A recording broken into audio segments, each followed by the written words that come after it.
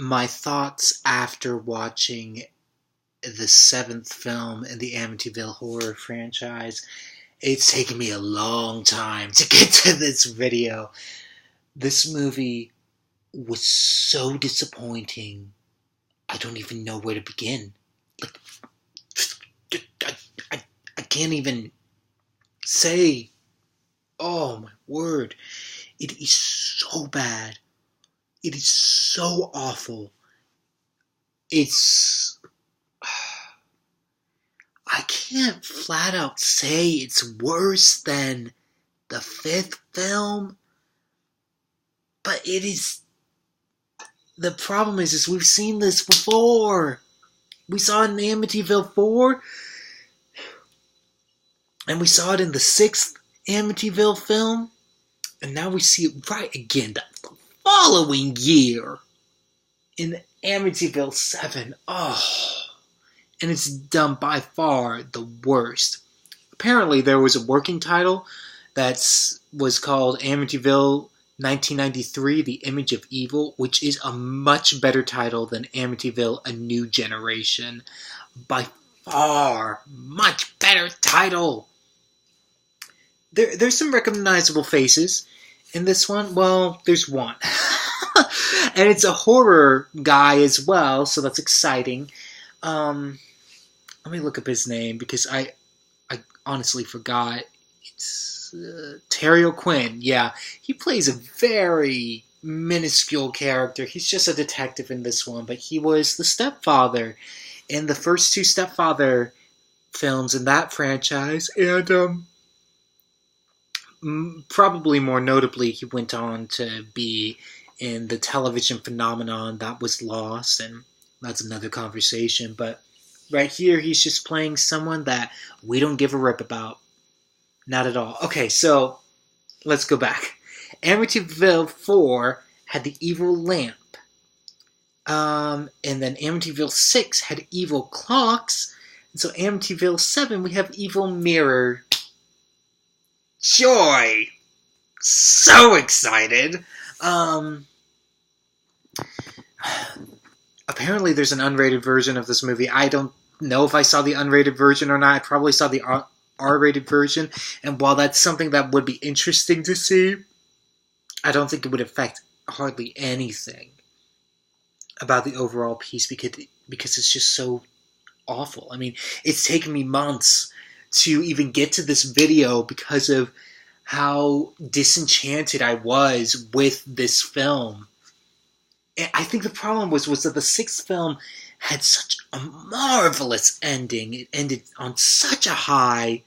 And I was so stoked because Amityville 7, A New Generation, it was the first one that I was seeing that I hadn't seen before. I was so excited. Well, there was two things that actually happened. That I was so excited stepping into the movie that, oh man, it was so awful. It was even worse than what I could have imagined it being. And the fifth one was terrible. It still probably is the worst, because it's just so poorly acted, and no one's good. The problem with this one is that it just is so dang similar, and it's a much poorer version than what has come before. Come on!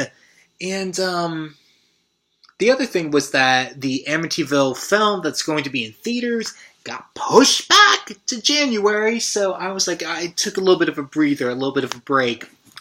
I probably should have done this video a lot sooner to after I had originally saw it. All I can...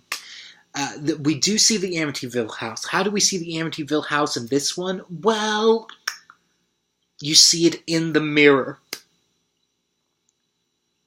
After, like supernatural things happen, people are killed or they die, and you see the house in the mirror. And the mirror is given by to this artistic photographer by this homeless man, who, as we discover, I mean, obviously these are going to be spoiler-filled. You guys already know that, if anybody's even watching this series. I don't know. This is more for me than probably my Dynasty and Dallas people.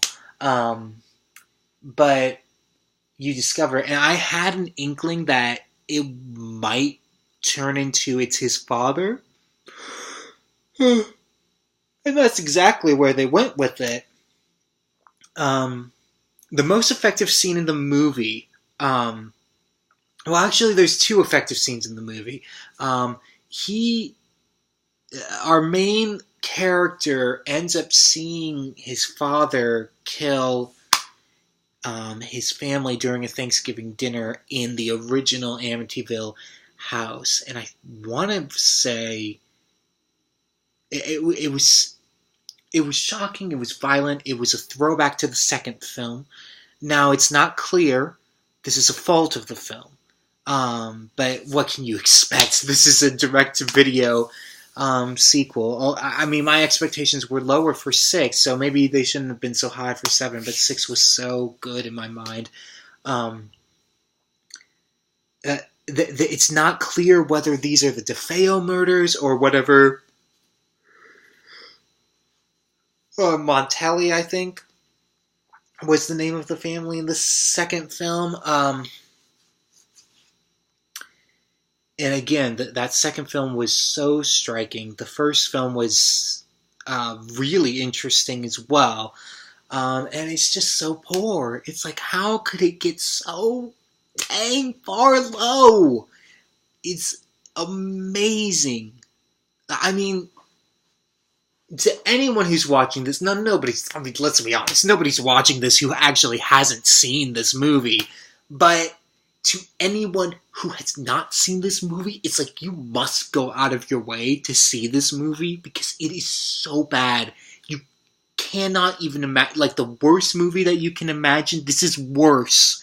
This is so much worse than that. I think 5 was not as offensive as this one was, because 5 was running off of a TV movie that had a really stupid ending. 7 suffers from a completely different thing. 7 suffers from a non-ending. There's like, I mean, very, very low closure. They're like, let's have an artistic expression, and like, how can we push the boundaries? And there's someone who develops an art piece where if you sit in the chair, you might actually get shot. You sit in the chair, you're staring at a screen, and the screen is like blocking a gun, and the gun's going to go off. You just don't know when, so you sit there and you risk your life, and that's art. Oh yeah, that's the type of movie this is. Oh, so bad. I'm even having trouble formulating my thoughts, but the trauma that was this movie is coming back with a vengeance, and I can say like hardly anything good about it, other than the Thanksgiving deaths were really genuinely creepy. That was actually an interesting element. The mirror is freaking awful. Let's get away from household items. I want to be back inside that house. I don't think we'll get there for quite some time. Because the house is interesting. The house is what sold the movie. We like the facade of the house. It's an interesting facade, and when we only see it in the mirror, that's freaking boring. And the deaths are boring, and like nobody's memorable in this movie. And at the very end, it's kind of like, oh, is this guy who is the son of this guy who committed these murders in the Amityville house, is he going to go crazy? And he kind of looks like he's going to go crazy near the very end. And then, spoiler alert, he doesn't do it. And then Terry O'Quinn's like, well, it's the end. And then the credits start rolling. There's no time to breathe after we're like, oh no, is he going to go and like shoot up this art exhibit place, which they've been building up, and they bring it to that breaking point, and it doesn't happen. And there's not even a scene to kind of like ease us into the end credits. It's boom. Story's over. We don't need no stinking end credits because it's over, because we have no artistic merit at all. Oh my word. This movie sucks. It is awful. It's just, I mean, all of you, you must see this movie. Get your friends, relax, and be amazed by the awfulness that is Amityville 7. Am I looking forward to Amityville 8? No.